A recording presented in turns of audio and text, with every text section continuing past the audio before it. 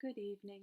Tonight I'm reading a story from Folktales from India, edited by A.K. Ramanujan. This is a Tamil tale called the Jasmine Prince.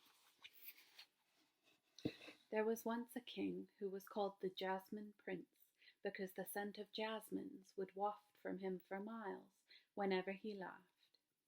But for that to happen, he had to laugh naturally all by himself.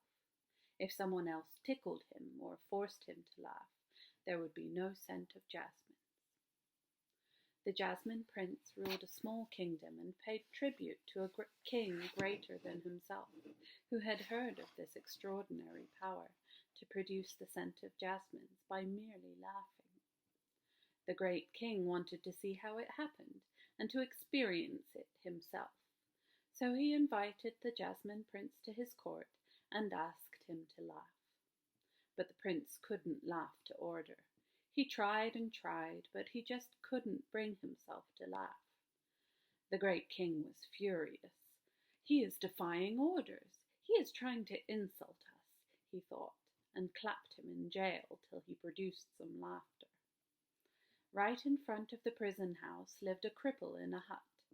The queen of the realm had fallen in love with this cripple and would visit him at night. From his window the Jasmine Prince watched her come and go. But that's not my business, he thought, and behaved as if he had seen nothing. One night the queen was late. The cripple was furious when she arrived at last, and he beat her up. He pounded her with his arm stumps and kicked her with his lame leg. The queen patiently endured all this battering and didn't say a thing. She took out the royal dishes that she had brought for him and lovingly served him. After a while, the cripple, regretting his brutal treatment of the queen, asked softly, "Aren't you angry that I beat you up?" She replied, "Oh no, it was delightful. I felt great, as if I had seen all 14 worlds at once."